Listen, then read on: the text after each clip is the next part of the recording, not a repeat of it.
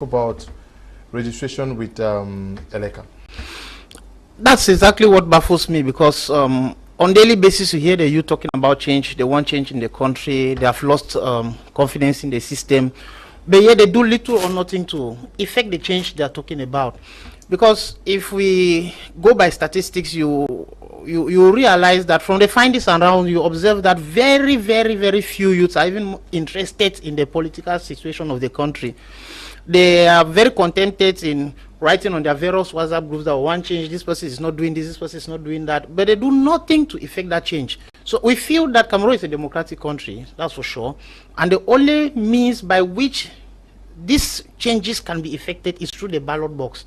And that's why we are calling on the youths to get registered massively with Elections Cameroon, so that when the right time comes, they go in there, they choose the person whom they feel can do the work for them. Because at the end of the day, if you don't vote somebody into office, you have little or no question to ask that person. That person has no account to give to you. So you can only petition somebody, or you can only question somebody if you took part in the decision-making process. If you didn't take part in the decision-making process, it's needless for you to criticize. So I think we have been so silent for a very long time. When I say we, I'm talking about the youth, because I am one of them. You see, if you take 100 youth averagely, I bet you, and I challenge you to do that, not up to 10 would show you or tell you that they have a voter's card. And that is what gives them that power to effect that change they are talking about. Like the campaign we are about to, launch in Boya for massive youth registration on the electoral register. After doing all our background search, it was so surprising that out of close to 500 youths that were registered to participate in that launch, not up to 100 have voters card. But yet they talk of change, they want change, they want change. So we think that the time has come for us to have that political consciousness and get ourselves registered with the Elecam, so that 2025 is going to be a very crucial year in this country. And if we don't take that opportunity to register with Elecam now and have our voters card, I bet you when the 2025 will come, we will not have the opportunity to select the person we think that must have given us the best or perfect manifesto to rule this country for the next 7 years. So we are challenging them to take the responsibility. Voting is a civic right and responsibility of every citizen. So we are championing that campaign, so that by the time we are ending, because of course the electoral register closes on the 30th of August, I think, yes, 30th of August each year. So by the time we are approaching 30th of August, we must have gone far, and then we begin again from the 2nd of January 2024. We begin on January 2024. I want to read a message from one of our viewers and get you to react to it, Apostle and Valentine. One. Good evening, Mr. Leo. Nembo of Fonju Terence is writing. My name. The youth are supposed to register and vote for things to change. But this one says youths have twice massively voted with the intention of changing the system, but failed woefully twice. They have lost faith in our electoral system. Are these not just rhetorics in the quarters? How true are these assertions like this, Apostle? I think people have been brainwashed to think that you can just sit in your house and then complain something will happen. Most of the people who are complaining that they are not even voters. They don't have voters card. They don't even know how elections are conducted in this country. I'll give you a simple example. I was teaching a conference in La Falaise Hotel. I was talking about patriotism. There are many citizens of Cameroon who are not patriots. I think we have to start orientating the Christians, the citizens, to understand that to be a citizen does not make you a patriot. Patriotism, where you are engaged in the activities of the country, like paying taxes, revenue, as well as participating in elections. If you look at the statistics, Cameroon has a population of about 27 million people. Now calculate how many persons that have been voting for the past 10 to 20 years. At least it's 3 million. It's not even up to a tenth of the population of Cameroon. Yeah, so when people say they voted massively and the elections were rigged, no, we saw the numbers that actually voted. Less than 4 million Cameroonians vote. So yes, where are these massive participation. That's why I'm letting you understand that in a population of 27 million persons, if they go and calculate the entire vote for all the political parties put together, is 3.5 million. That tells you that we have about 23 million people who are not even interested in elections. Now, the fewer the number, the easier the rigging, if they want to say they are rigging election. But I want to say that I've been to the field. The CPDM party, which I'm not part of the party, does not rig elections. It will be amazing to hear people saying this, because I've gone down to the field. Most political parties, what we call investiture. A political party investiture means the political party should be represented in all the 56 subdivisions in the country. Most of the political parties do not have the financial capacity to put delegates in all. And if a party is represented in a particular subdivision or a polling station, it automatically is a winner. For instance, if somebody is in Oyomabang, in Yaoundé, and only CPDM is at that polling station, automatically CPDM is a winner, because there is no other political party in that particular polling station that contests. So even if there is nobody there to count the vote, the only party represented there takes the vote. So go around the entire region of Cameroon, you will discover that most of the polling stations, parties do not even have representatives there. So election for the favor is cost demanding. And most of the political parties do not have the financial stability to spread their candidates and their delegates in all these areas. That's why I'm saying that if there is no coalition of political parties in the country to come first and foremost economically strong, not even a number, because to run an election is not bread and butter.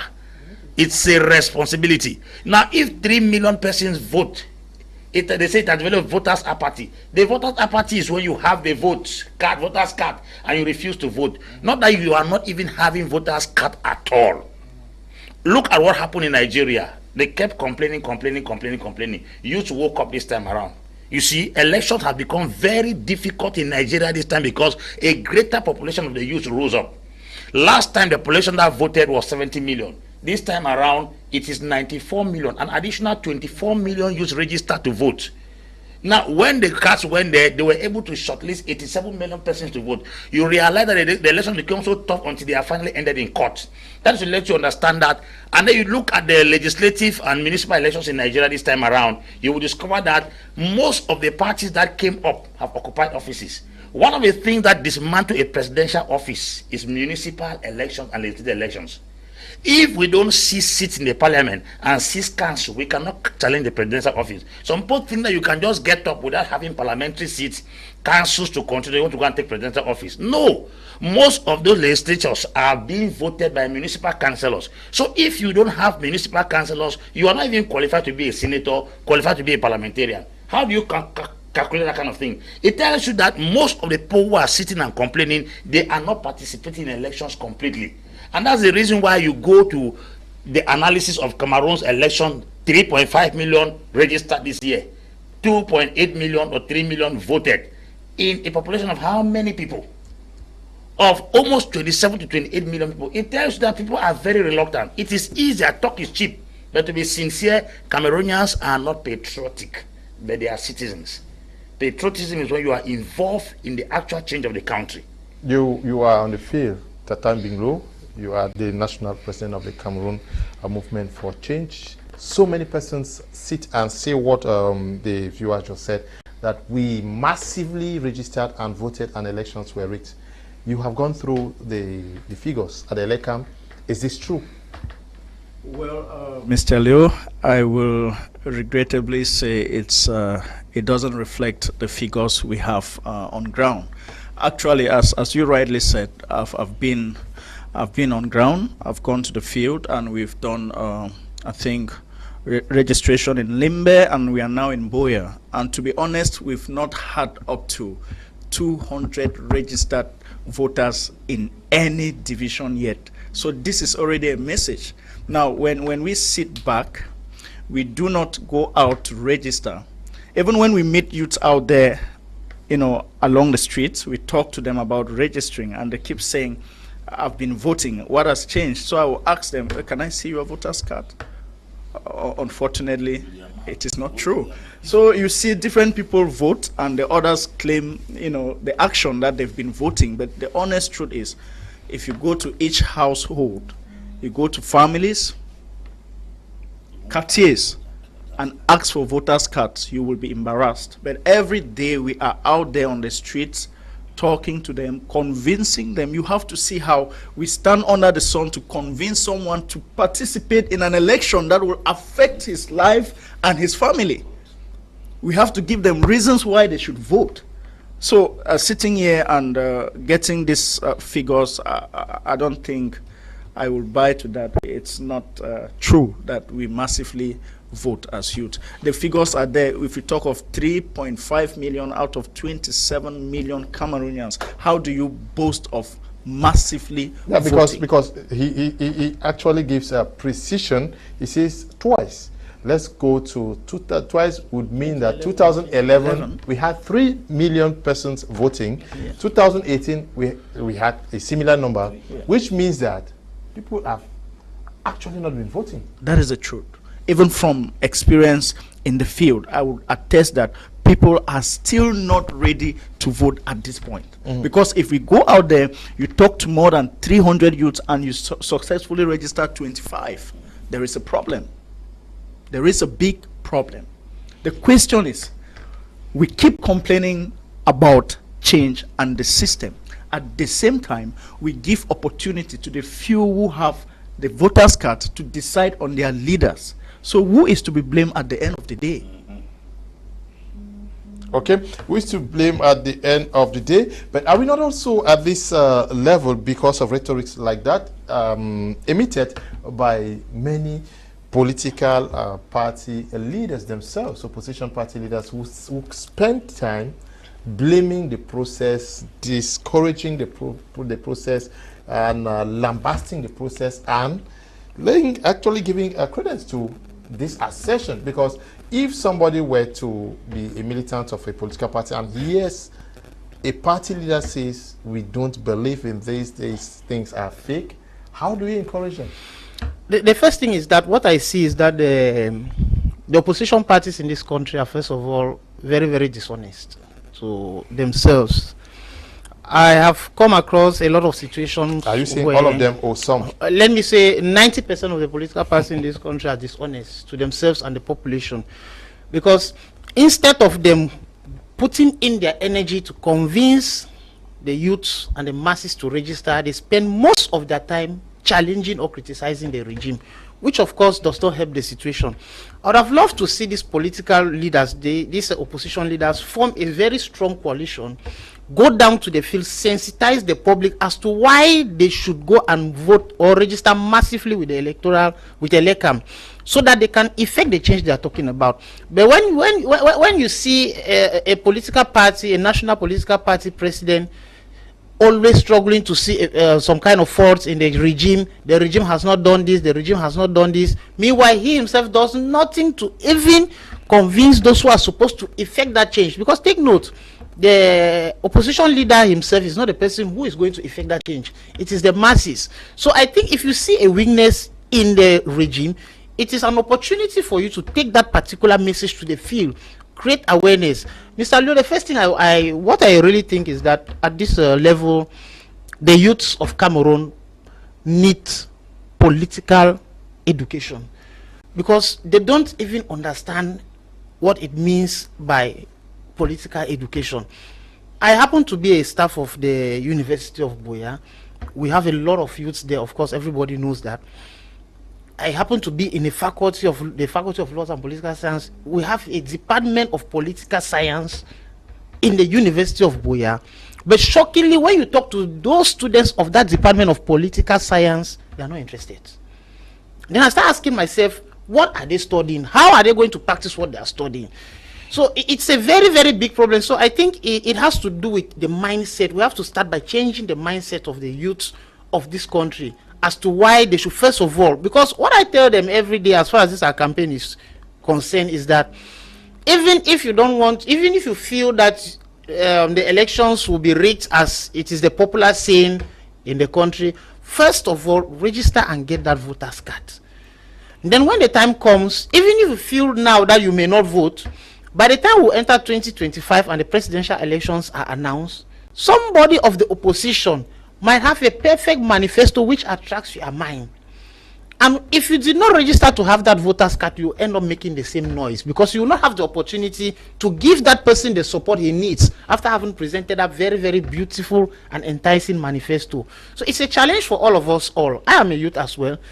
I have decided to take up this challenge to carry out this massive youth registration process in the northwest and southwest regions of this country, because I think that it is time for us, the youths, to stand up, rally as one, because with our numbers, over 70% of the population, with our numbers, I bet you if we stand as one and we say yes, there is nothing that can be done. There is no nation in this world that will be able, or that has been able to defeat the youths when they rise.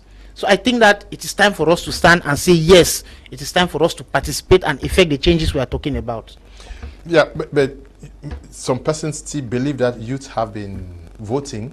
Maybe a few of them, when you go out there, maybe 20, 30, 50 of you. But what is the proportion that is expected? Because you said almost 70% of the population of Cameroon is made up of the youths.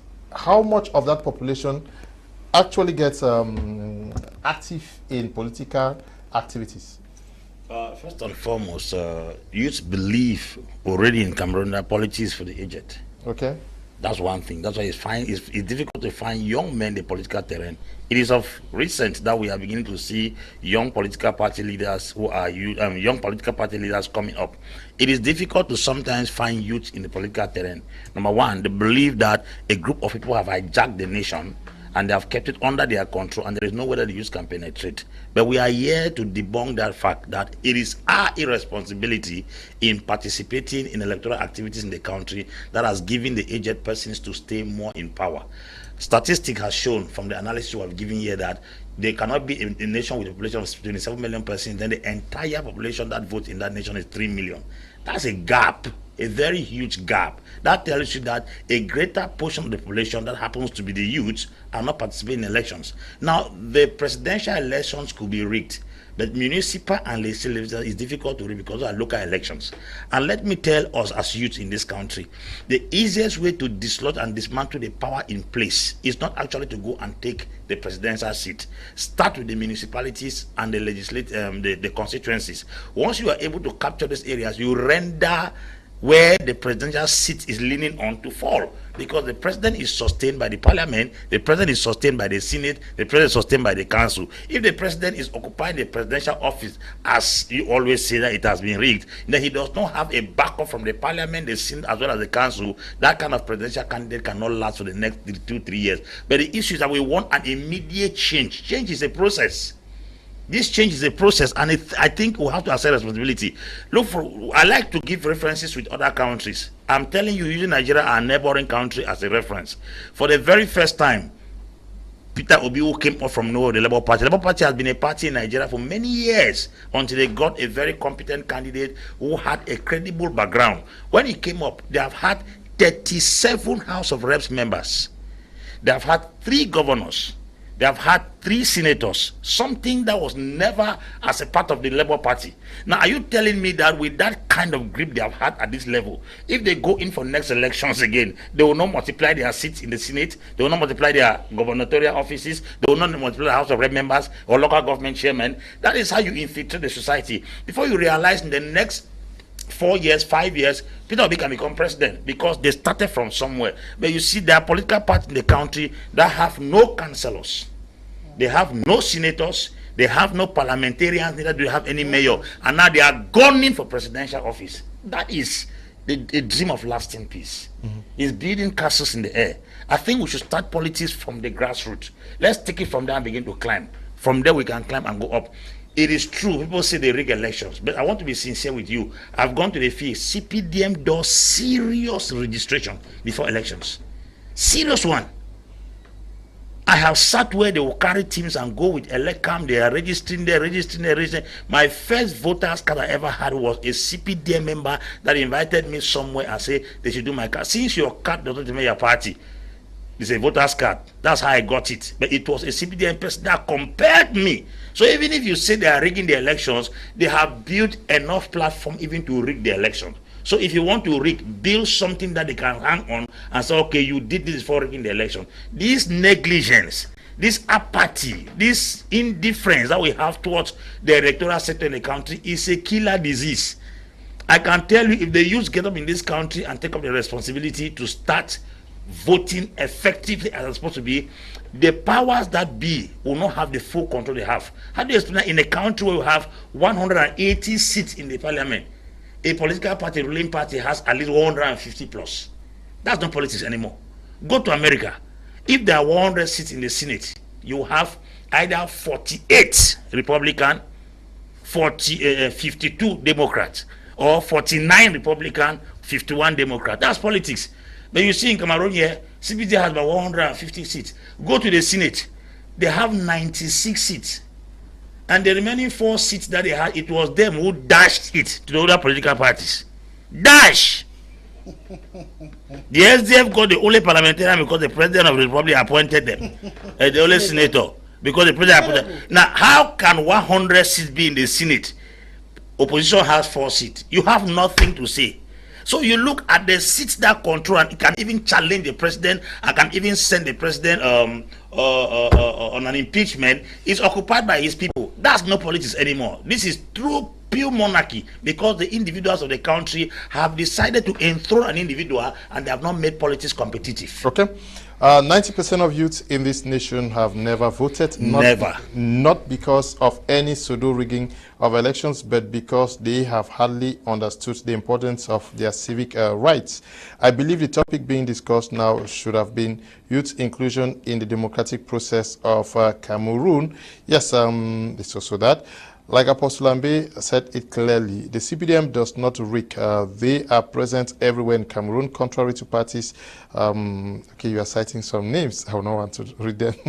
Who can't afford polling agents in up to 2% of Cameroon's territory.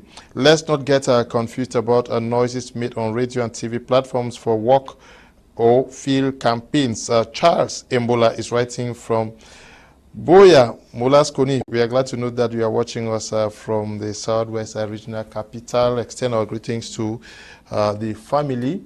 Yes, our field work is different from what we gather.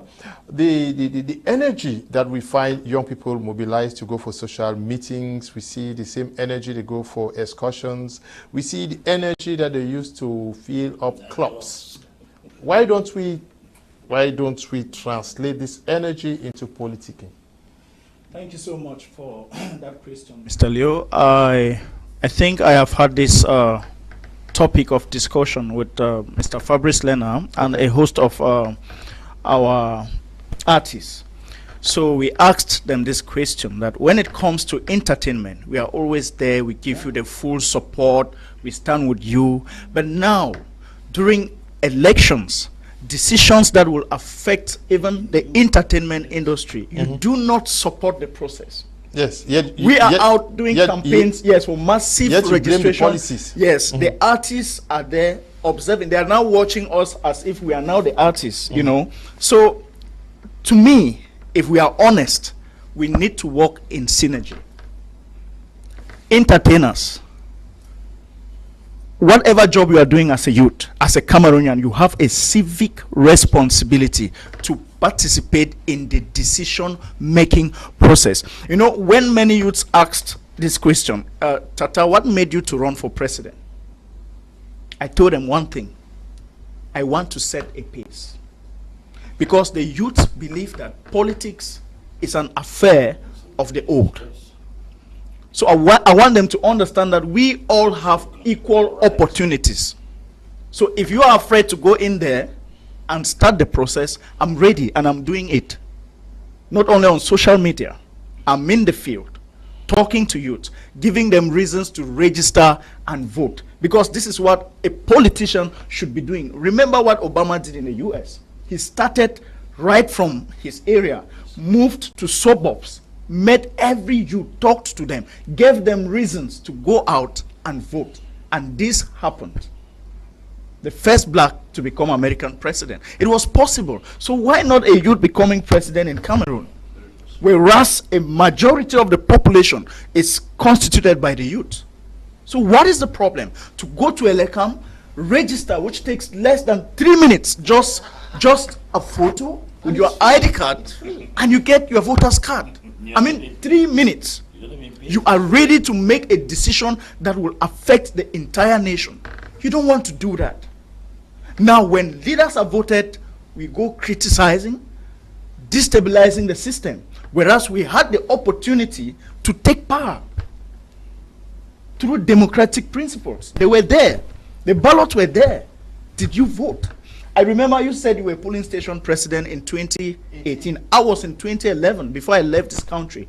In Du, my polling station, I had more than 2,000 registered members.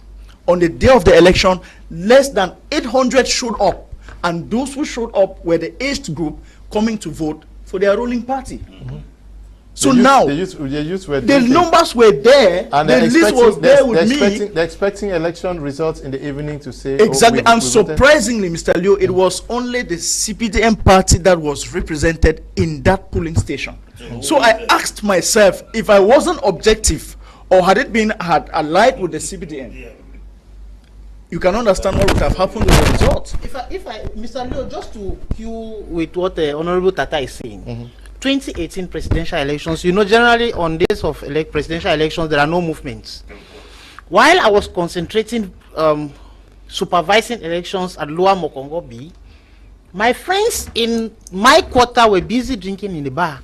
And unfortunately for them, they were caught up, they were arrested by the military in their huge numbers, and they were calling me to come and intervene for them. Then I asked them a question. Number one, were you aware that you were not supposed to be out? Number two, are you part of the voting process? If you had gone to vote, you would not have entered that danger. Now, it's shocking to even see that the mobilization we are doing presently, I'm sure you are part of the mobilization team because you see what is happening on the ground. Youths are asking me that how much are they supposed to pay to register with the LECAM? So they don't even know that it's free. So that's why it has to do with the mindset. We have to, I mean, we need serious sensitization for this thing to come into play. Because I was so embarrassed when some youths were asking me how much they are supposed to pay for them to get that voter's card.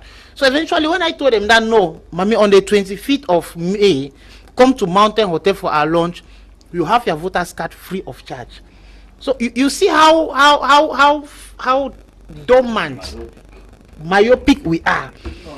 Ignorant. So I am using this medium to challenge the opposition parties or the political parties leaders to go down to the field and sensitize the masses. Happy to note that yesterday while I was walking around Fengudon here, I saw the CRM of Professor Maurice Kamto registering its members. That is where the victory begins. Sure. Because many persons are not registered, they will not get registered, but they come out en masse during campaign periods, rallies, and fill the entire space, and are the ones who will say that we went out to vote. Yeah. Because they are judging by those numbers. But how many of them are registered? Very few. We keep saying it here over and over. Very few register. Very, very few youths in this country register for elections. You see, you ask a common youth in the street that why are you not into elections? Say election where they want vote, they don't already know who will win. That's a normal slogan that goes around. We already know who is the winner before going in for the elections. Now, it's not because we already know the winner. We gave the winner the opportunity to be the winner. If we didn't give him the opportunity, he won't be the winner. Because the person that will cause that winner not to win is you who have refused to vote. Because the winner can only lose the elections if you cast your vote to some other persons in that country. Now, we keep saying that the winner, they already know the winner before the elections come out. Did you vote to know the winner? Did you ever cast a vote before your vote was given to somebody else? That is the issue. Look, for instance, what happened in Kenya. Everybody knew Raila Odinga will become the president. But Ruto came from nowhere. You go to the campaign grounds, you see youths in their millions waiting for Ruto. Ruto kept preaching that they should go and register, because sometimes people gather for campaign, they don't register. I have seen President Maurice come to gather crowd in the country in their thousands. But it is shocking to realize that most of the people who are there, the bike riders who come and gather there, probably they give them money and then they come and attend and then say, oh, popularity is not effectiveness. I think we are misinterpreting the position of politicians in the country. You can be popular, but doesn't make you have candidates. What wins election is the grassroots work, the number of militants you have on ground who can cast their vote for you. People can attend your rally. 20,000, may not up to 1,000 has voters card. So you discover that I don't see CPDM will do so many rallies in the country. But you see them, they are constantly in the field trying to convince the next person to have a voter's card. Convince people to have a voter's card. So what we have is that we have excited politicians who are able to gather the crowd, but they don't educate them what makes the thing goes round. What makes politics or makes change in the country is the voter's card. If you look at what happened recently in Nigeria, people will stand in their churches, influencers on social media, they will say, get your PV, get your PV, get your PVC, get your PVC. The emphasis was laid on PVC. That's the reason why the number of voters rose from 70 million to 94 million, because there was a serious campaign not to talk about the candidate, but to talk about the PVC. What we do in Cameroon is that we trumpet Frundi. We trumpet Kanto, we don't trumpet card. What makes Kanto relevant is that card. What makes Frundi relevant is that card, not the person. Power to the people, but nobody is voting. You don't give power to the people by confession. Because we have slogans in our political parties that people think if they confess it, it will translate to voters' cards and give them victory. So somebody can say, Frundi, power to the people. Power to the people is a slogan. What makes Frundi sit in power is when you officially register as a member, hold that card and cast that vote. That is the deciding factor that can make somebody shift out of power for somebody else to come in. So when we hear in Cameroon, people keep complaining, I have been somebody who has complained equally. When I was growing up here, I said, oh, politics in Cameroon are nonsense, but from everything. When Ruto came from nowhere, Ruto beat Raila with 1%. 51 to 49. It will be shocking. 51 to 49, because he was able to move the youth to get their card. Nigeria, Peter Obi has turned the political atmosphere because he pushed the youth to go and register have their voters card. So if you want Tatam Binglo to become president, you want a Swakisi to or Apostol to become president, get a voters card. Don't carry their flyers, their billboard, and sing their name. We are pressing people without giving them the boost that can make them change power. Thank you so much. Just to add to what Apostle is saying, I think at some point during my rallies, if you do not have a voter's card, you might not be allowed to attend the rally, because we won't be using our energy to talk to people who are of no use to the party. It's like wasting energy. Yes, to be honest, because what is the essence? What is the essence talking to 1 million people whereas there are 50 registered voters amongst them? I should talk to the 50, knowing that I'm fighting. I'm guaranteed. To be honest. Have you seen crowd come together in this country? Okay. If that card was equal to voters' card, You would have won. Yep, but so many persons have this mindset issues. Let me take some messages. Good evening, Mr. Liu. I must confess I love the topic on air this evening. This is very important topic. I strongly believe the youth of Cameroon are listening to this program. I would love to encourage the Cameroonian youth to register massively, vote, and defend their votes come 2025. Lefon Valentine is writing from Bafoussam. Good evening, dear panelists, on the why youth must register. Okay, from my perspective, the major challenge is the issue of regime formations. There are several regimes gripping power in various sectors with superb strategies. The youth need a convincing leadership to greet this power regime. Politics is now evidence-based, and politicians need to present facts to those to these youth to convince them on the importance of voting. Okay. Good evening, Mr. Liu, and to everyone in the studio. I wish to ask on the facts that panelists in the House are saying the youth should be sensitized more on voting. What proves that voting is going on? Because last time we had a presidential election, we never had the voting centers in the Northwest. Okay, Chair is writing from Mancon. Yeah, but presidential elections, it is a simple majority and you win.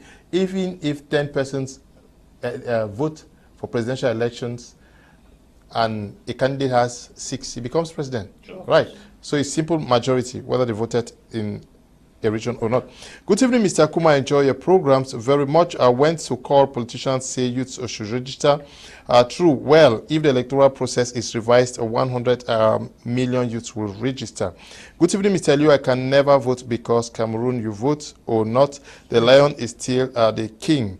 Okay, Mr. Liu, good evening. Can even children of 8 come to terms with the fact that in a football match or competition, one team starts off with 3 unearned points ahead of others? Okay.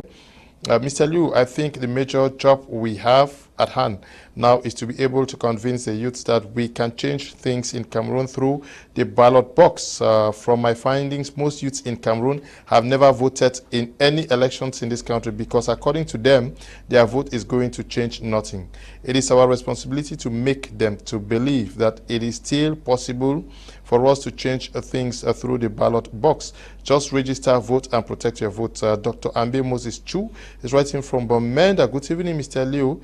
No original ID card. How are the youths going to register? Mr. President Rene is writing from Dubai. Good evening, Mr. Liu, and to everyone in the house. I wish to ask on the facts the panelists. Okay, I think I read that already. I follow your program on my Media Prime TV and want to say you are doing a great job. While in Cameroon last year, I really wanted to locate your headquarters, but unfortunately, my time was short. Okay, Titus Banyo, thank you for watching. People still are talking about the electoral process. They're talking about ELECAM. They're talking about divisional officers. Do they actually understand that things have evolved? Elections formerly were organized by the Ministry of Territorial Administration. It has moved to where it is today. But why don't we also focus on voting and defending our vote? This one. Well, you see, there is... Is that not where focus should be? Yeah, they are struggling to always push the blame to others, whereas the responsibility should be ours. You see, like Apostle Ambe said a while ago, when you have that voter's card, you have that power to change every situation. So whether it is ELECAM, whether it is the Ministry of Territorial Administration and Decentralization, as it was first of all known, it doesn't matter. Some people have this problem that the Director General of ELECAM is appointed by the head of state, the board chair is appointed by the head of state, the divisional officers, the SGOs, the governors. Whether what happens, it is just the normal that it is still human beings who still occupy those same offices. And those human beings, whether I like it or not, are political beings by nature and by creation. Those human beings, they are also entitled and eligible to vote. So whether I would like it or not, even if those persons take those offices by elections, they have their own parties that they support. So the most important thing at this point in time, which I feel should be the springboard, is that the youth should know that they have the right to vote, they have their voters card, they have the right to protect their vote, and when that is done, those changes will be effected. It doesn't matter who controls the elections, it doesn't matter who takes the result, because at times they always say that they stay at the polling stations, they count the results are declared there, they know the winner at the level of the polling stations. But along the way, before getting to the DO's offices and so on, not happen, the boxes exchange hands in the way and so on. So all those things, I don't really believe in them because we don't have tangible evidence to defend such claims. The truth is, like Apostle Ambe said a while ago, look at the situation in Nigeria. When you decide, if we as youth decide that we have reason to fall no more, there is a level at which somebody cannot dare to steal. If it is overwhelming, that cannot be done. But if it is not overwhelming, if it's just a narrow situation, 1 out of 100, it will be easily stolen. But if we rise and say that out of the 27 million Cameroonians, if the youth make up over 70% of the population, it means we are over 12, close to 20 million in this country. Now, if 20 million Cameroonian youths register with ELECAM, have that card with them, and on that day they decide that this is the person we are going in for. If you feel that the divisional officers and the electoral system put in place rigged elections, I bet you if we come out overwhelmingly to vote for a particular change and we think that this person has convinced us, they will not be able to do that. Okay, Mr. Leo, our problem of power not changing hands is because our youth only care about them living a better life in the country, but without putting efforts on how to make them have that better life by making the country have a change. Ashu, my son is writing from Bamenda, the youth are taking responsibility. We want to see change in this country, but we are afraid to even engage in politicking. That is taking up political positions. Very rare.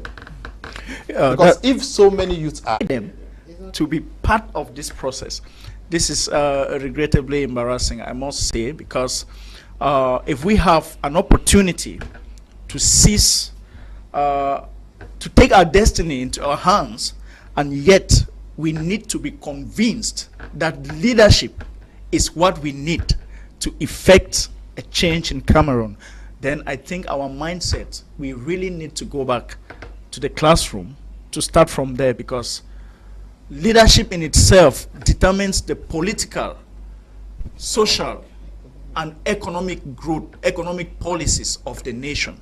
Now, when we shy away from political leadership, where else can we best effect change in Cameroon? So I am calling on our youths today, please, seize this opportunity. We have a chance to make change a reality in this country, and it begins now, just by securing your voters card. It is true we have a problem of having our ID cards. I've been a victim of that. That is the lapses from our government, I must say, and I think we should continue to challenge the government to take over its responsibility in providing national identity cards for its citizens. It is a civic right for the citizens to own their ID cards. So I think on this part, the government should assume its responsibility to ensure that these youths actually have access to the Elecam offices. They can register and get their voters card.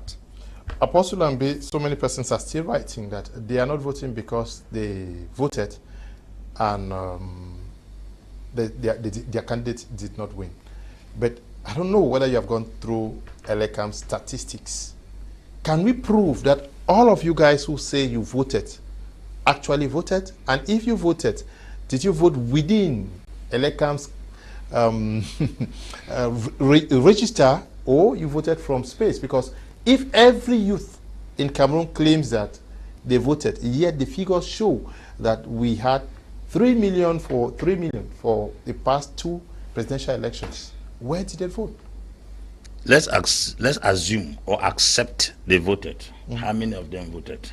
Yeah, but that's a question. That is the issue. Okay, let's assume that a few persons who have written, 10 of them voted. What is 10 in the midst of 20 million youths? We're not talking about the exception here. We're talking about the rule. The rule is that most youths don't vote. There's an exception. A handful of them can vote. So we are talking about that handful. That handful is the one right now like this. That exception is the one right now like this. We are talking about the rule. The rule is in the midst of 20 million youths, if 50 vote, the 50 will cry foul now that they voted and their candidate did not win. How many of you voted to convince or to bring your candidate to power? That is the issue. A very serious problem. So if they keep insisting that they voted, how many of you voted? Because from the general statistics, it shows that most of the youths did not vote for the elections. They sat back, complained, get worried, and then spoke against the regime, which we cannot say the regime is not making its own mistake. But you see, you cannot correct mistake by insult. You correct mistake with the ballot box. That is the issue.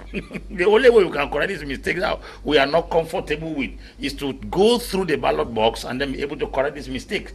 Seize the power and then correct the mistake that the people you think are making.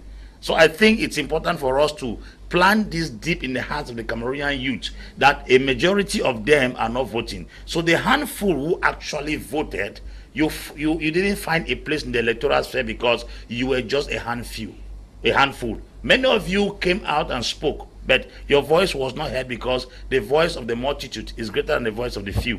So look at it critically and understand.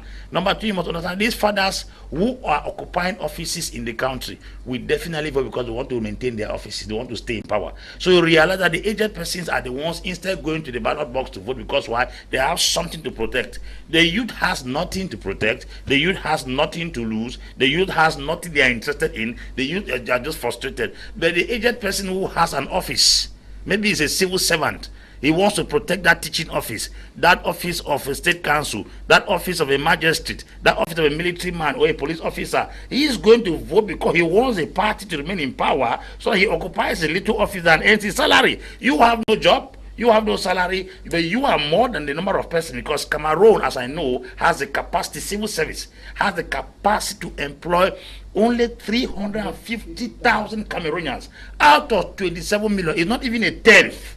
So that power who is teaching in Tokombere and is a government teacher, category 6, echelon B, he will go and get his voter's card because he wants to keep that is category 6 and echelon B. You who came from the university, you have a degree in political science. There is no job inside the voting committee. So you discover that the poor are voting more are the ones who are actually earning something out of the regime. But now the majority of those who are supposed to vote are the ones who have nothing because the government cannot employ this multitude that idle. Now, how can the multitude affect change? The multitude who are not working are plenty than those who are working. But unfortunately, they have nothing to protest, so they are not interested in the ballot box. Now, the parties that are represented there, they stay in power all throughout. So we sit behind and complain and complain. Mr. Leo, go to most of the ballot boxes or the polling stations. You will see, if you want to ask one-on-one, le père, tu es qui? Je suis enseignant. Dans l'école publique de Tokombere, je cherche venir pour vous parce que le travail là, il ne peut pas perdre ce travail. He has something to protect. That's the drama. Meanwhile, we are the ones who are supposed to affect the change because we want to see Cameroon employ more than 350,000 civil servants. So there is a grid of power because we have allowed aged persons who are protecting something to stay in power. Remember that the civil service is also public service. These public service also are working on contracts. They are also under government payroll and they are under government parastatals. They too also have their own possibility of protecting their bread. So they have to have a voter's card to vote to make sure that the regime in power does not go out. That's the reason you see some people will tell you that when President Paul Biya says he's coming in for the next election, you will see this, finalement le père accepté pour venir encore. Hey, this is a wonderful thing. Go and watch all those big wigs in the CPDM. When President Paul Biya says he's not coming from power, they get the shiver because they know that their positions are threatened. But when he says, I will stand again as a candidate, hey! I know I call names and yell because you see, they have something to protect. But there is a youth somewhere who's not interested. They are not interested. Stephen Mwambu thinks that Cameroonians have been discouraged from getting involved in political game by this ruling CPDM party. The truth is most of the youth who even encourage young people to register into the electoral lists are mostly entangled with the CPDM. If a charismatic youth with a positive project for Cameroon comes up, I think that will give hope for millions to register, vote, and protect or defend their votes. Are we waiting for an angel to fall from heaven?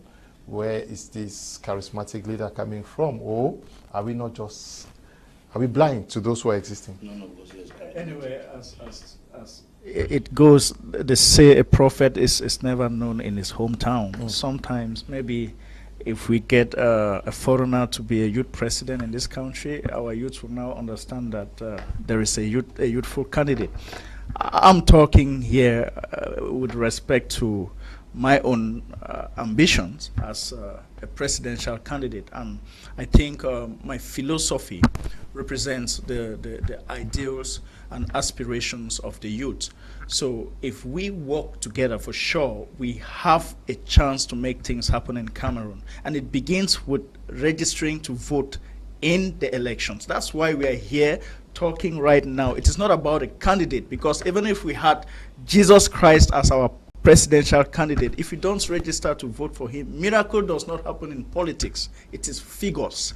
Once we do not register massively and vote for that candidate that represents our hopes, that represents our aspirations, then what do we expect as the result? We know the Lion King is always there waiting to declare himself, because he knows that at the end, we are already psychologically defeated.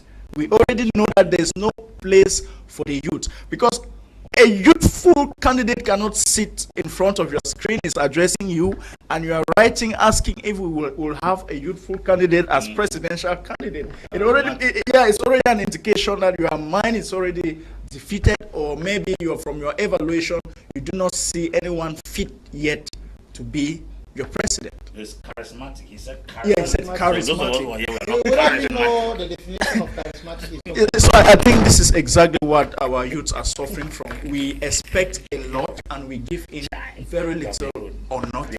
If we all work collectively, because change is a collective effort, if we work collectively to ensure that the upcoming presidential elections in Cameroon, we have a youthful presidential candidate, it will send, I think, will send waves across the nation, and I bet you a majority of the youth will stand up and make change a reality.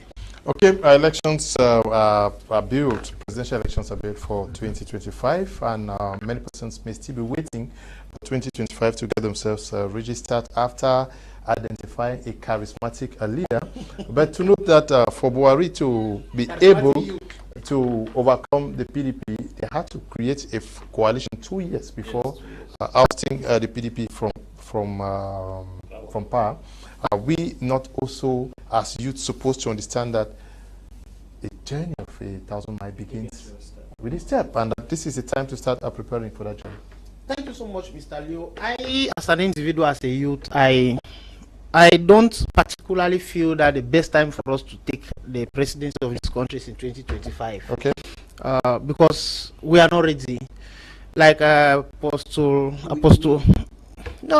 I know. I want to make my point. When I talk about, I want to cue in from where Apostle Ambe is standing, because, like he said, it has to begin from the grassroots. So it's a process. It's not an event that you just go one day and it ends. It's a process. So if we are struggling to reawaken the mindset of the youth politically, and in as much as we want the change, it should be gradual.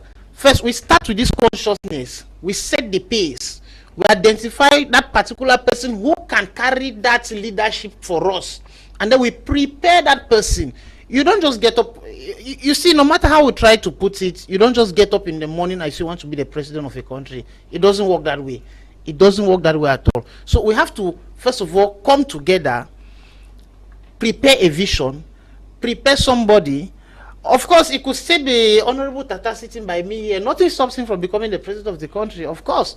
If he proves to us, I am talking now from the perspective of a civil society somebody, not a politician. I'm not a politician.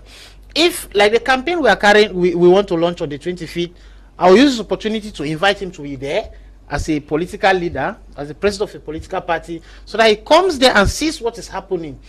If he can convince us that he has a good vision, he is a young man, he is a youth, that he can move the ideas of the youth, he can move this country forward, of course, we shall rally behind him come 2025 and give him our full support. Let him, like the viewer said there, he should give us a perfect project for this country. A perfect project for this country, not for 2025, but a project which can last. I mean, he should give us a long-term project. If he's able to give us that and convince us, we shall rally behind him and give him our full support come 2025.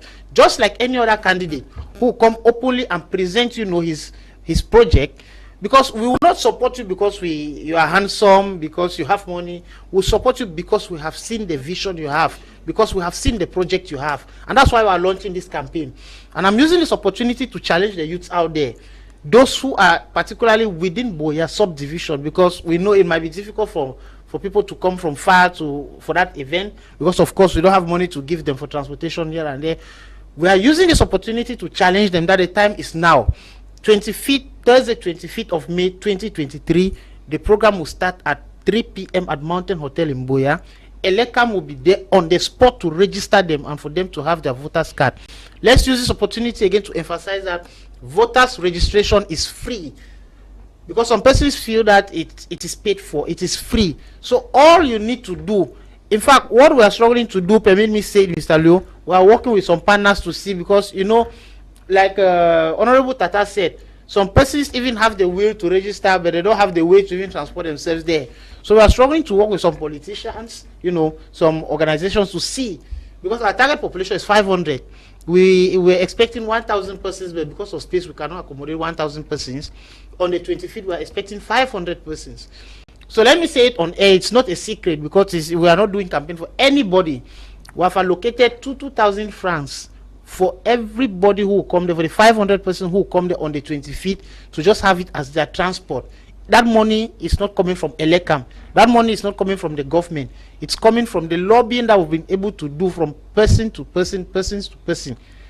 Honorable Tata can testify to you that I've personally sent him a message to assist that process, because he's a politician, he's a presidential candidate, so he has a duty to support such an initiative. So all those who come there on the 25th of May will have their 2,000 francs as transport to take them back from where they are coming from. Okay, to take them back to where they are coming from. But we hear you guys, men of God, preach to people that you fall, is it 77 times? You get up and you walk on.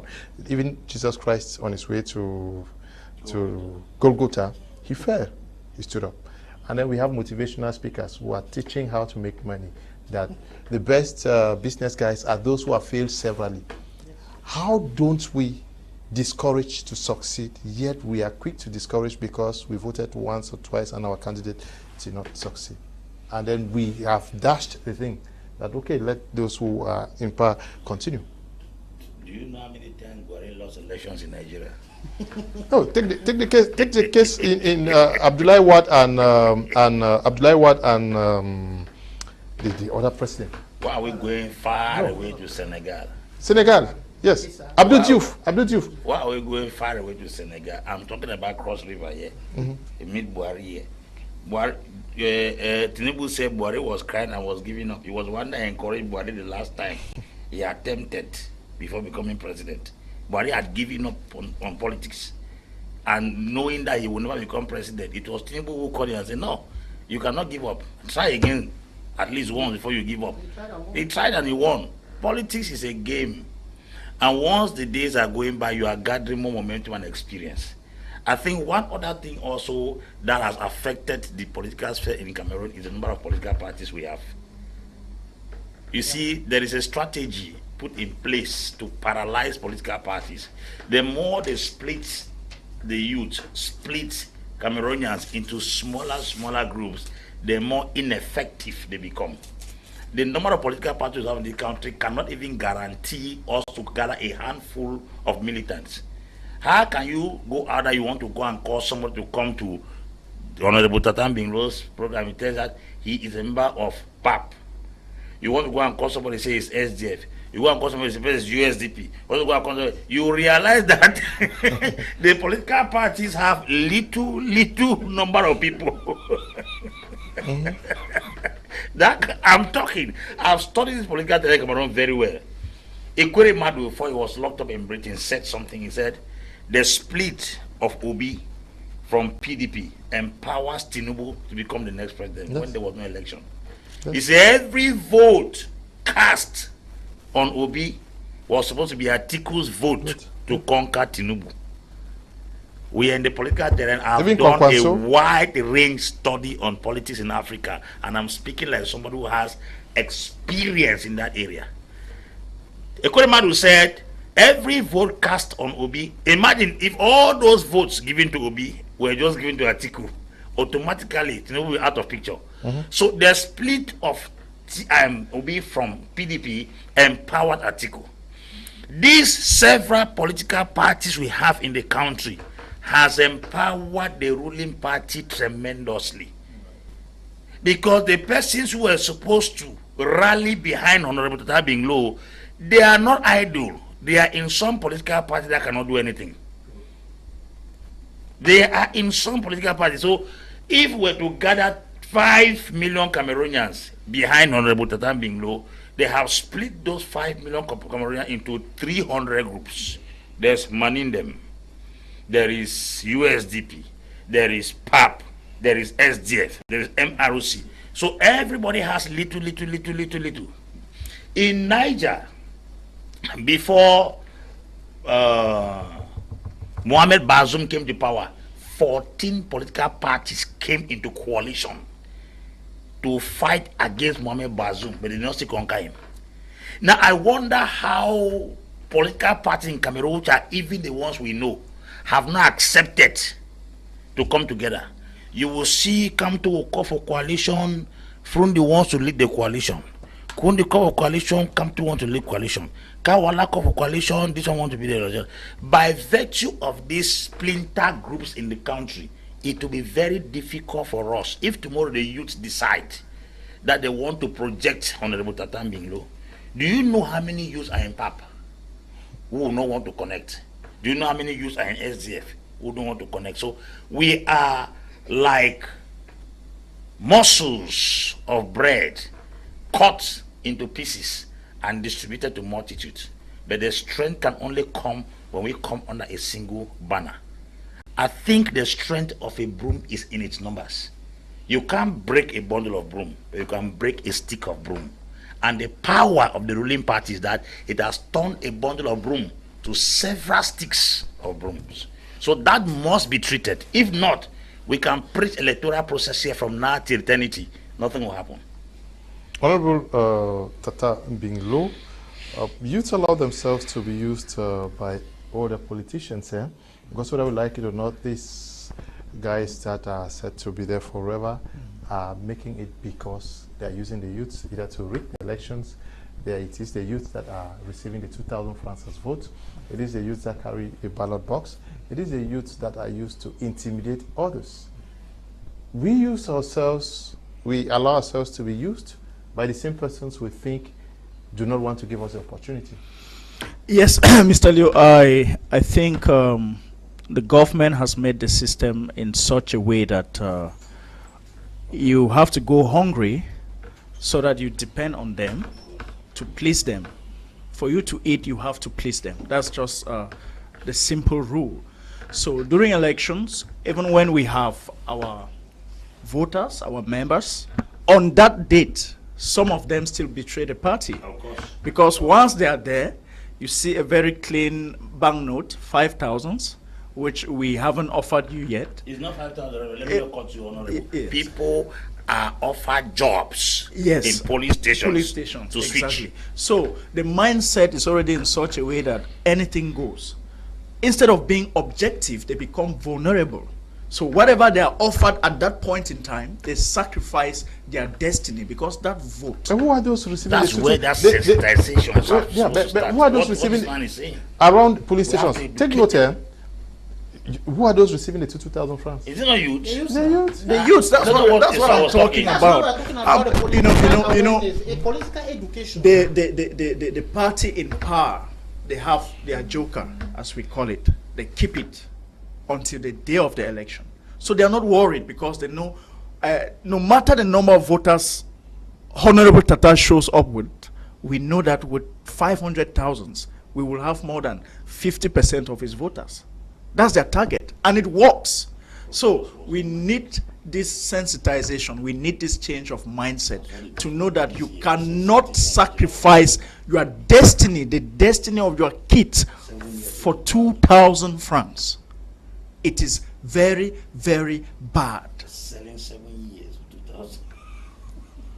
Okay, it is very bad. But let's look at the involvement of the political parties themselves in this process. We are here doing political education. Where are the political parties? The political party that does the most sensitization in Cameroon is the CPDM, whether I like it or not. The other political parties are missing in the scene. They are missing in on the action ground.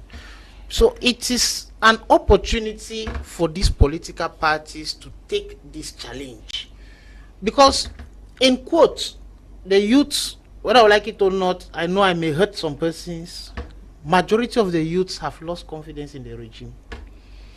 So it is a perfect opportunity for the opposition parties to go down there to the field. Like Apostle Ambe said, a single political party will find it so difficult to beat this regime, whether we like it or not. It is virtually impossible. So they have to start by keeping their selfish interests aside and form a very, very, very strong coalition. And even forming that coalition is not even a guarantee that they'll still beat the CPDM. But at least they have to start from there. Because, you know, if you want to lead and you think that you want to cause or effect change, you have to let the people see that from you first. The fact that you, the opposition parties in Cameroon, are not first of all willing to come as one people under one canopy and umbrella already tells the population that you people are fighting for your personal interests. Because if you all can come together and say, okay, this person should lead us, you can have your inner caucus discussion. If you are 10, 15 of you, say that, okay, if we win, this person will be this person will be this, we'll drive the constitution like this person will take this, and then you just come to the public and present one particular candidate. You start, by doing so, you gain the trust of the masses. And then you go now to the field, you put yourselves together, you come up with a very powerful manifesto, you sell to the population. The population here, I'm referring to the youths, because they are the one who can cause that change. While I was supervising the polling station in 2018 in Boya, 98% of those who came and voted are those of 45 years plus. Are those of 45 years plus. You look at a very long line, you struggle to see your age, somebody within your age bracket you don't see. Then I eventually ask myself, well, what am I doing here? So when you get that perfect manifesto, after having formed that coalition, you now go to the field and do this sensitization. The youth of this country, Mr. Leo, they need serious political education. They need because when we started, I told you that students of the Department of Political Science in the University of Boya are not even interested in politics. And then it tells you how bad the situation is. So I think that we have to start creating this change by the fact that we go to the field and create this political awareness and do this political education amongst the youth. For the first time in my life, I have seen the momentum, I've seen the excitement. I'm sure Honorable Tata is in the mobilization forum as well. I've seen the excitement amongst the youths. All of them want to get stickers to put on their status that let's meet on this day, and I've been seeing that. You have also been seeing that. So for the first time, I've seen this anxiety, enthusiasm amongst the youth. And I think that, and I pray, I'm begging the politicians who are watching us here that they should come and witness this campaign launch on the 25th of May at Mountain Hotel. And after that launch, we should not end there. We should be able to organize political educational rallies in the different parts of this country, particularly the Northwest and Southwest. I'm laying emphasis in the Northwest and Southwest because my area of interest first, whether you like it or not, as an Anglophone. Okay. So I'm challenging the political leaders of these two regions that after our launch, they should support us. We are ready to take this political education down to the field if we have that support. Apostle Lambe Valentin Ngwa, very often we find persons who say we are not happy with the way our municipalities is run. They are not happy with the MPs, the senators, as well as the mayors, especially for the Southwest and Northwest regions. Isn't this the opportunity for the youth to gather themselves and say, this is the person we want to be the mayor, the MP, and the senator for our municipalities? Grab all the municipalities and the MP seats in these two regions. I said it here. I said it here that politics begins at the grassroots. And fortunate enough, most of these municipal elections are conducted and the results are counted locally. These elections are not carried to Yaoundé like the presidential election that they will say 15 days later, which means you can decide who becomes the next mayor of this particular municipality as youth. That is where the power is. Let us assume that before the elections will drive, the result will drive from Boya to Yaoundé. They must have done exchanges on the way before they reach the constitutional accounts where they will collect the results and then announce them. What about these municipal elections? Do you know what it means to paralyze the president? If we have 354 councils in the country, 360 municipalities in the country, if opposition party have a grip over 200, they have already paralyzed the president. Sure. Because the strength of the president is from that grassroots. It's from there. Absolutely. That is where it is. It's like you are chopping something from the root and then the branch is over there. People are seeing it very bright. The strength of the political parties is to take the state from the root. Forget about that presidential office there. Termites don't eat plants from their branches. They eat it from the root. Once you eat the root, the branches will collapse. The strategy I've been preaching and singing over and over is that political parties should forget about the A2D for now. If you want to paralyze A2D, take me these councils. Hold the councils and take control over them. You will realize that the amount of money that the state runs through the councils is paralyzed because they will not have influence, especially now have decentralization to some extent. Going now to the parliamentary seats, hold those parliamentary seats because those are local elections. They are not carried, the results are not carried to the Constitutional Council to be collated before announcement comes up. No, you can take the the constituencies and take the councils.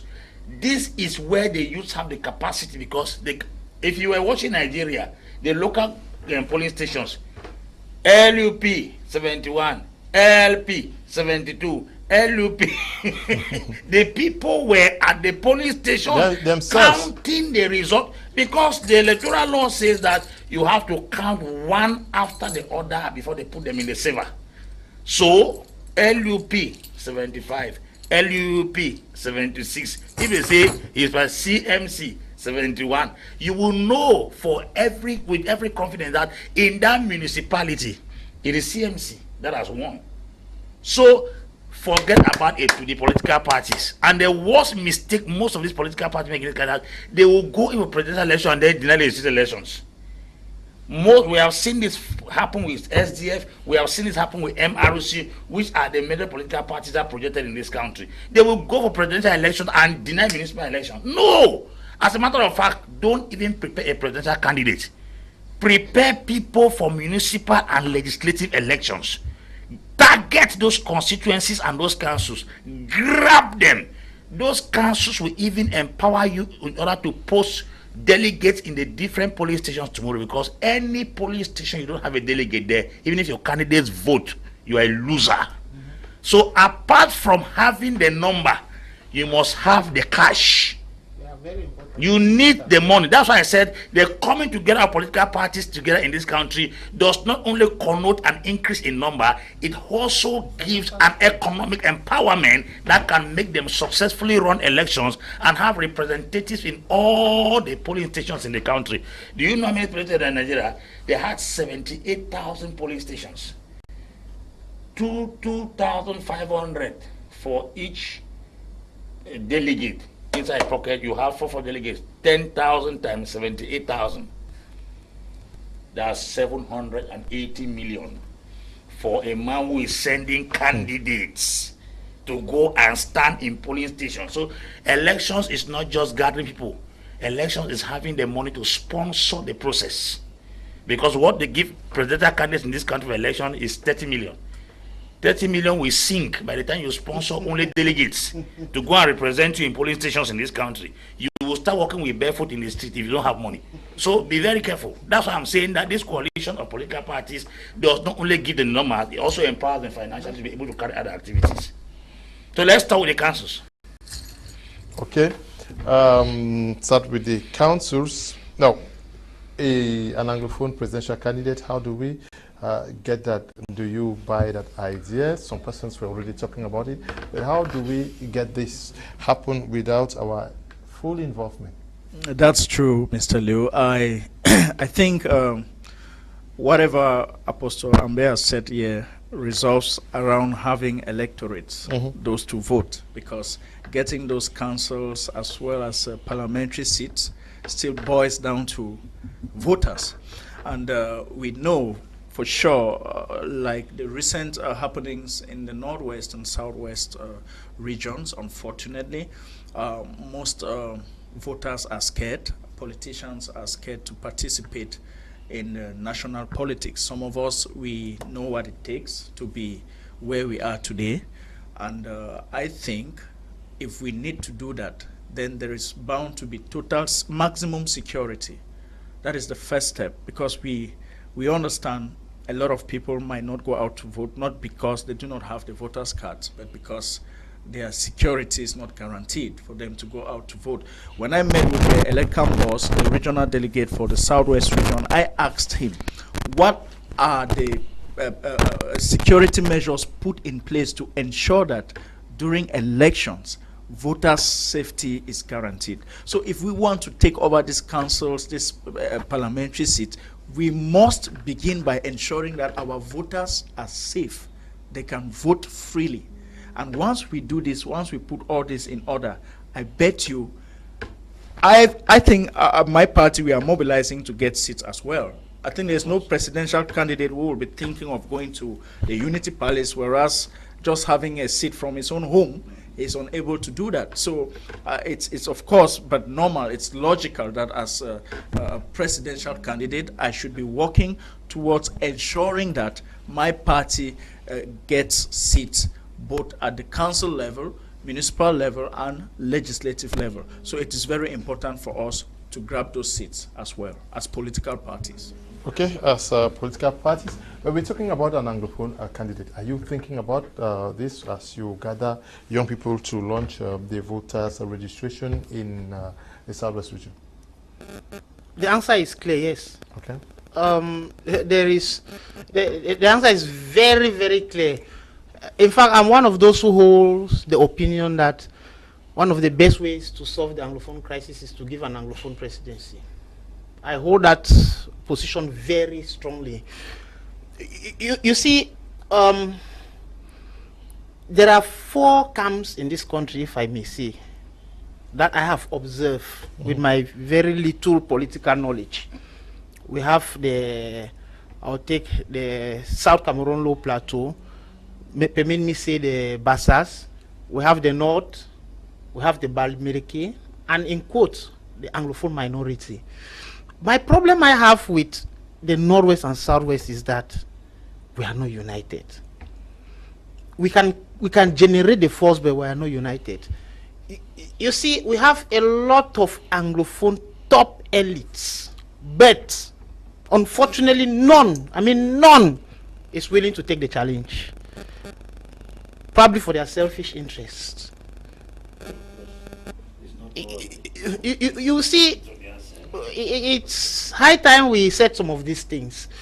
So the idea is that at least if we cannot succeed to have an Anglophone president per se, which to me is not impossible anyway, if we are united, it is very, very possible.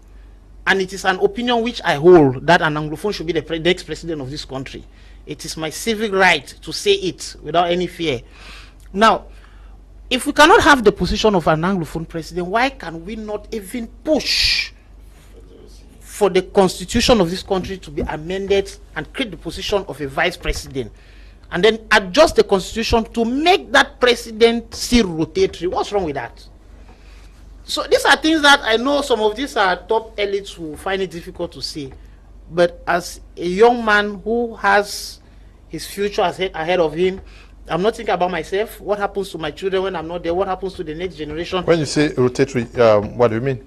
When I talk about rotatory, nothing stops us from amending the constitution to say that the presidential term is 5 years rotatory between the Francophone and the Anglophone. Meaning that a maximum of 2 terms, after the 2 terms, the next president should be from the other part of the country.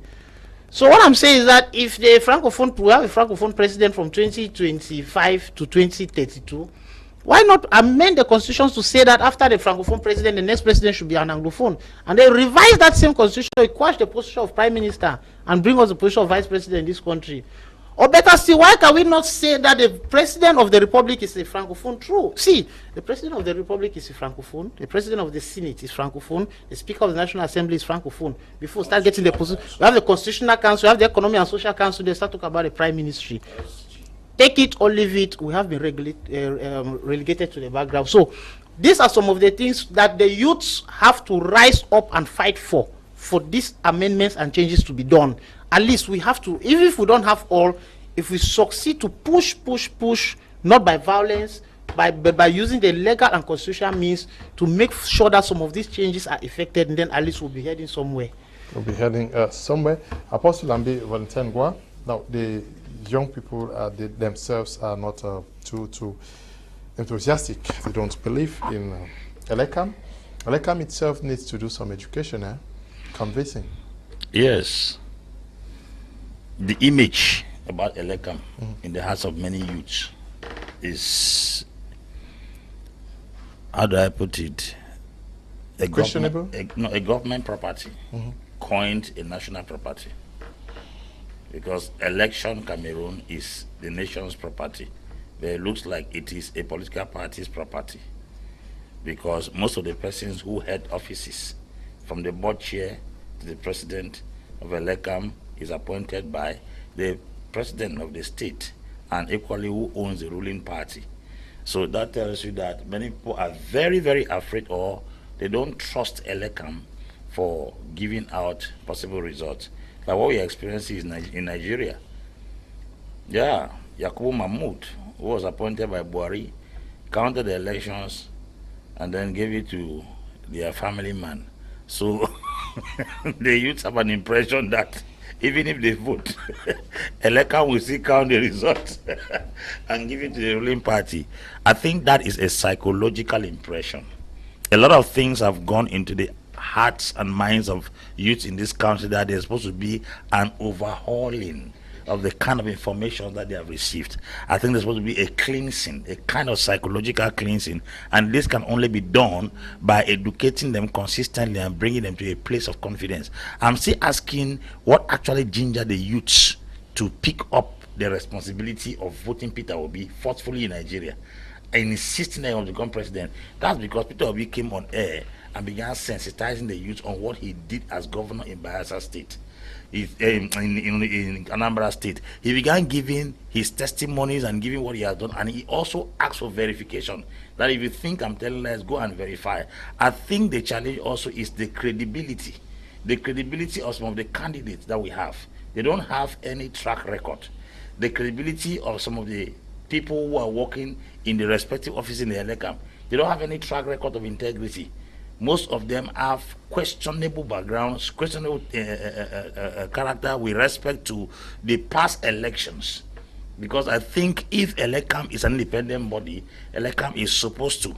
Now, what makes it even more complicated that in Cameroon you have the right to protest, or you have the right to how do I put it, to challenge elections in court.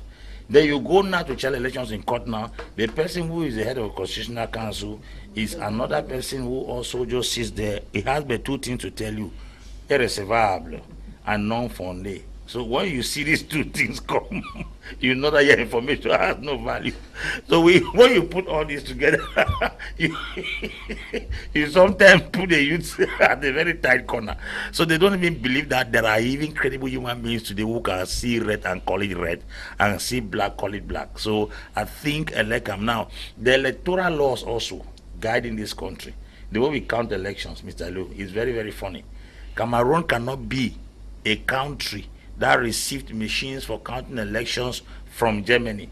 And Germany elections count at the same day. Our own will spend 15 days. What is wrong with Cameroonian electoral process that we cannot vote in the morning and get results in the evening?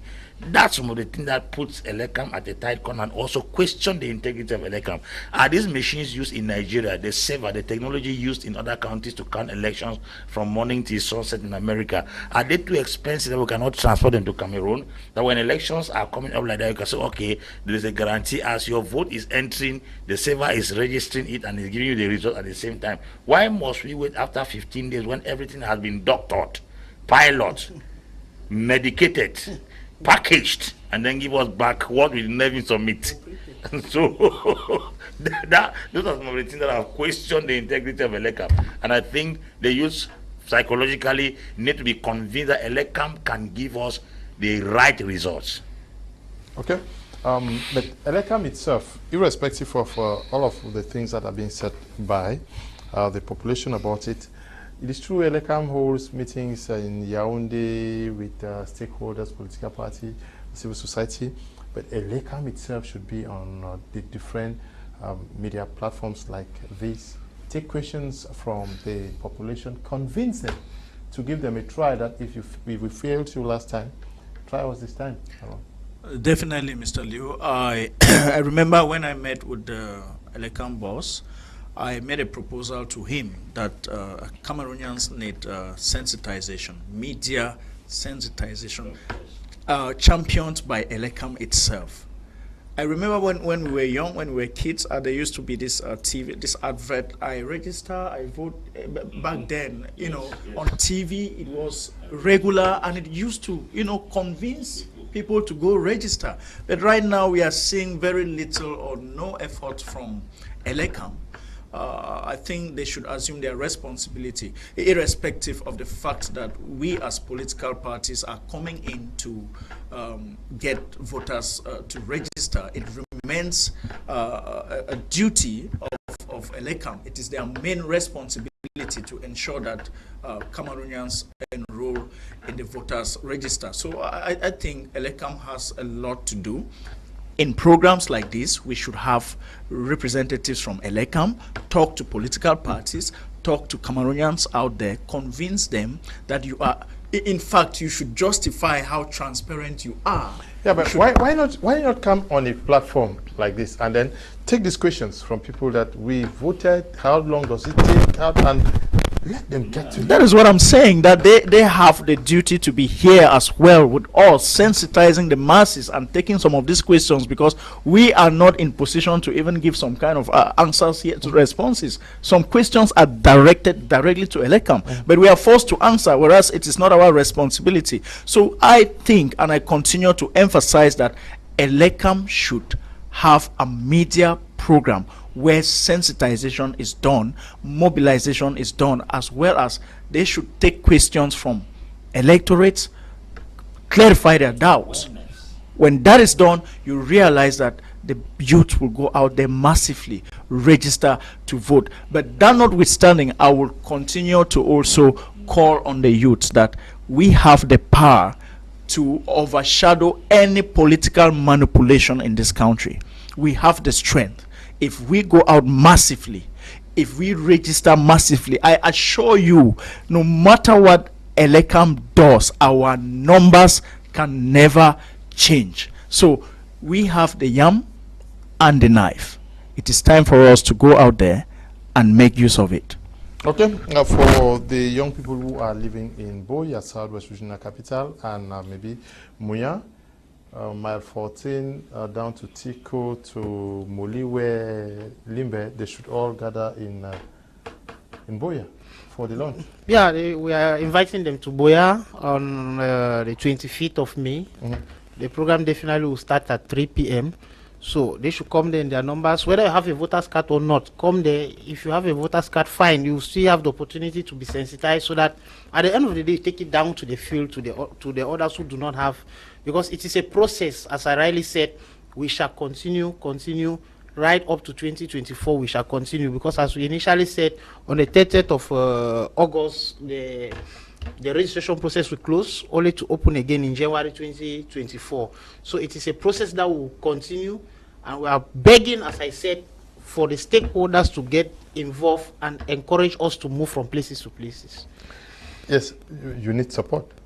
Yeah, definitely we need support. Of course, we definitely need support, because... Okay, so if you are watching this program and you think that you would want to support them, please just request for his number. I will get you connected to him to support the initiative for young persons to get educated on the need to be registered with Elekam's registers. But now we are talking about an Anglophone president, because Stephen Mwambo says, Mr. Liu, please help me echo this to whoever is listening, that the next president of the Republic of Cameroon will be of the Anglophone regions, irrespective of any and every manipulations that will be made. This is not a wish, it will happen.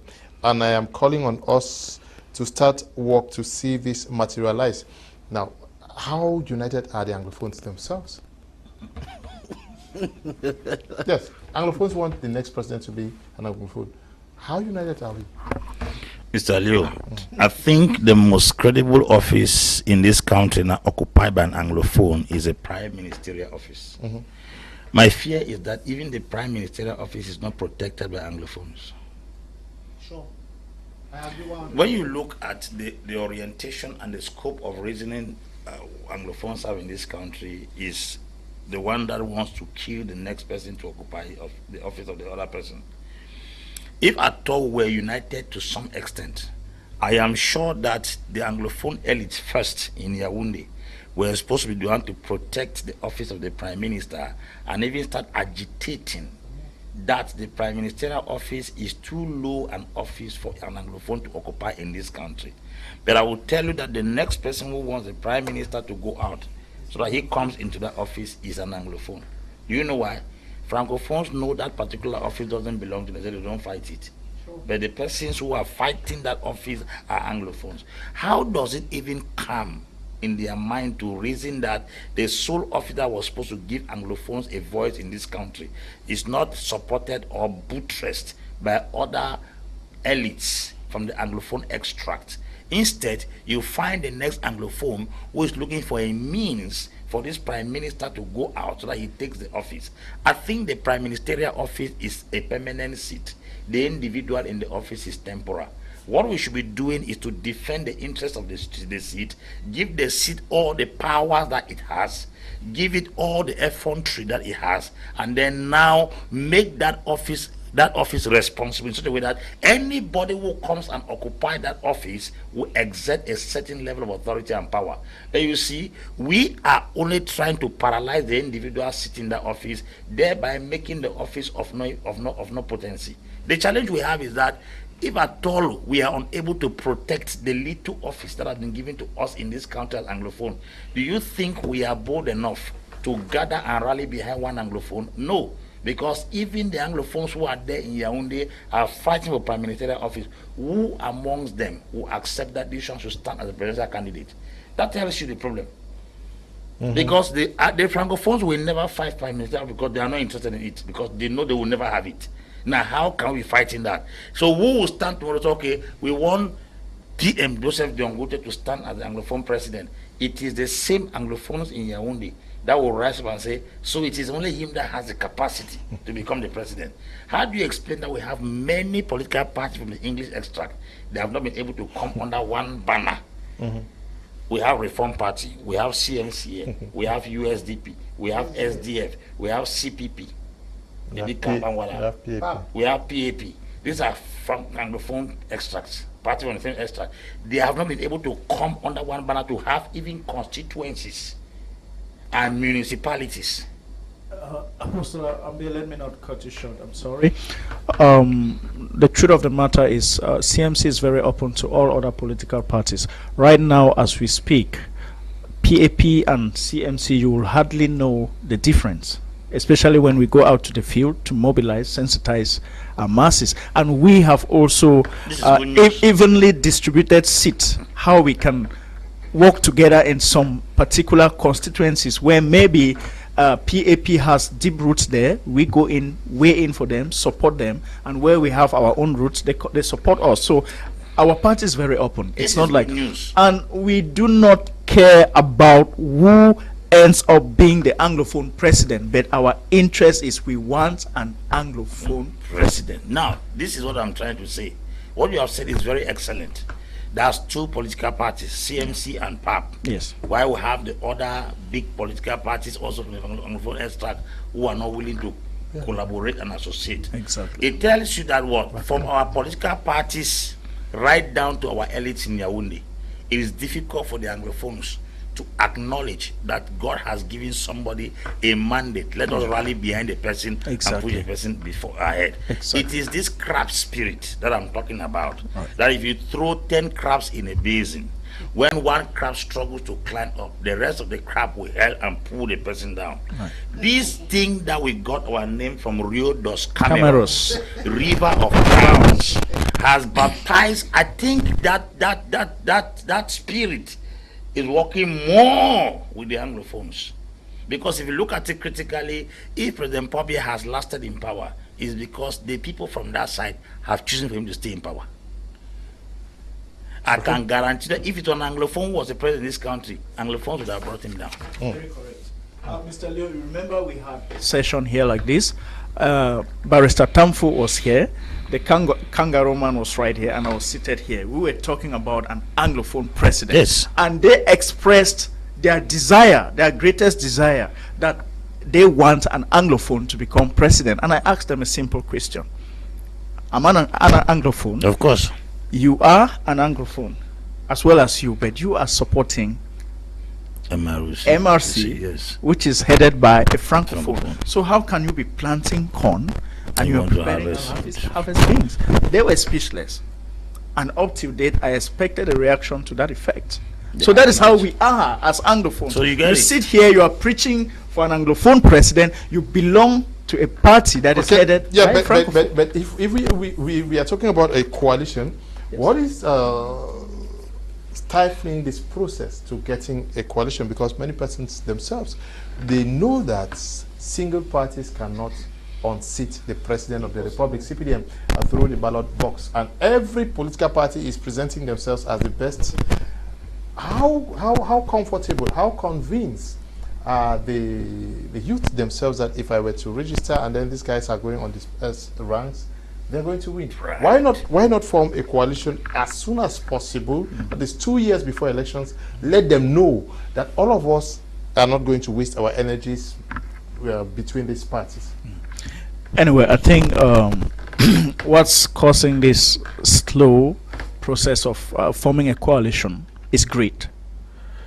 Every party sees its candidate, or every candidate sees himself as the best leader. So why should I give in to this other person? But do they have what it takes to unseat the CPDM? That is a question. You're asking a good question. And I just made mention here earlier that our party is open.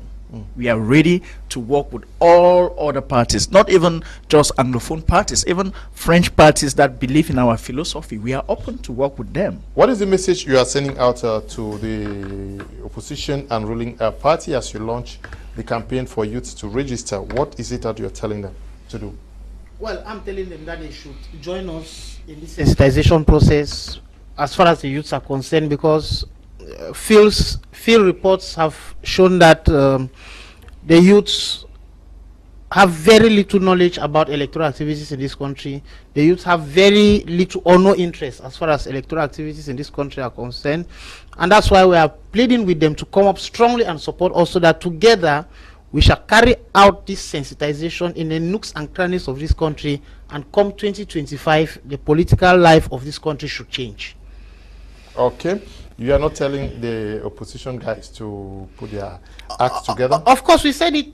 I said it on the same platform that for the current regime to be removed from power, there must be a coalition. If there is no coalition, then whoever says he wants to take over power in this country is joking. Because if 3 or 4 political parties merge, let me say 3, 4, or 5 Anglophone political parties merge, they cannot unseat the regime of this country. So there have to be that perfect and very strong coalition. Not just the coalition, they have to first of all form that coalition, and then they get the financial might. Okay. Because it involves a lot of resources. Do we have sufficient time to do that? Is this not just the time to be able to tell the people that we are together as soon as possible, and then for persons to start mobilizing to raise our finances to be able to do what you said there? Because you guys will need representatives across all 10 regions of the country. It requires a lot of money. Of course, like I said earlier, Mr. Liu, I think the other challenge we have here is that if from Anglophone parties are coming together, it's not to gun for an Anglophone presidency. They should gun for all the municipalities, senatorial offices, and constituencies in the north and the southwest. According to the Constitution of Cameroon, if you have up to 15 parliamentarians in the parliament, you can form a parliamentary group. Parliamentary group, yes. That can stand and cancel, challenge certain things. Now, the power starts, I'm still repeating it. How many parliamentary offices, parliamentary seats are in the north and the southwest? If these political parties grab these parliamentary seats and grab the councils and grab the senatorial offices there, do you know what that means? It means bills will not just go again, this country has decreased. That parliamentary group had the power to say, the president has said this, and we say this parliamentary group that has been forming of 15 parliamentarians in the north and southwest refuse. This is what happened in the 60s. We had 40 parliamentarians from the English-speaking extract of the country who were part of the parliament in the French Cameroon, the Federation. And the constitution said that if 10 of those 40 parliamentarians refused anything, it was annulled. So you tell me that a referendum was conducted and 10 people did not object. You say what manipulation? Out of 40 of you. Now we still have the opportunity. If we have just 15 parliamentary members who can find parliamentary group, whatever the rest of the particular parliamentarians that are there say, these 15 parliamentary members who are a group can say, we object this one. That is where power becomes stifled, where the president does not have a field day to do whatever, yes, to do whatever he wishes. What I'm trying to do is a broker power. This is what Raila, this man, Strive Vangirai did with Robert Mugabe in Zimbabwe. When he rose up and challenged the authorities, Tufoniko traveled there and said, you guys have to broker power. Vangirai became prime minister, Mugabe became president. You discover the exertion of power again by Mugabe was limited because somebody had entered into office. What I'm trying to communicate, I don't know if people are getting what I'm trying to say, but I'm trying to plant it in our heart that we can limit the exertion of the super. That means that superimposition of a particular party and an individual over the nation. That's where it starts. Now, if people see the next that there are 15 parliamentarians in a group that can stop a bill from going through, the next time they will give them 30 seats. The next time, because not only people from the north and south are suffering. You may be surprised that those from the east coast are. Donc les gens peuvent faire quelque chose comme ça. You realize that it now became affecting the whole nation. If you end up getting 100 parliamentary seats, while the ruling party has 80, that's the defeat of the presidential office. Sure. This idea of just becoming boom president, well, brothers, on a get long journey. Okay, we want to thank you, Apostle Ambe, for coming and talking to our televiewers this evening. Thank you, Mr. Liu. It's always a joy to be here to educate Cameroonians. We are coming here. Don't bother yourself. We are coming to politics. We are already into it. We're going to make this nation better. God bless you. Thank you too for coming. It's always a pleasure, Mr. Liu. And once more, fellow Cameroonians, please take to the advice. Go register and get your voter's card. Get ready for change. Change is coming to Cameroon. Thank you for coming as well. Thank you, Mr. Liu. I want to thank the viewers for watching, and I'm using this opportunity to invite you all on set to the launch on the 25th in Boya. Thank you. Thank you to all of you who took time off to watch this edition of Prime Hour, and to you, Eli and Desmond, for production. Thank you, Tabi Tambe Bryant, for supervision. Stay blessed. Bye-bye.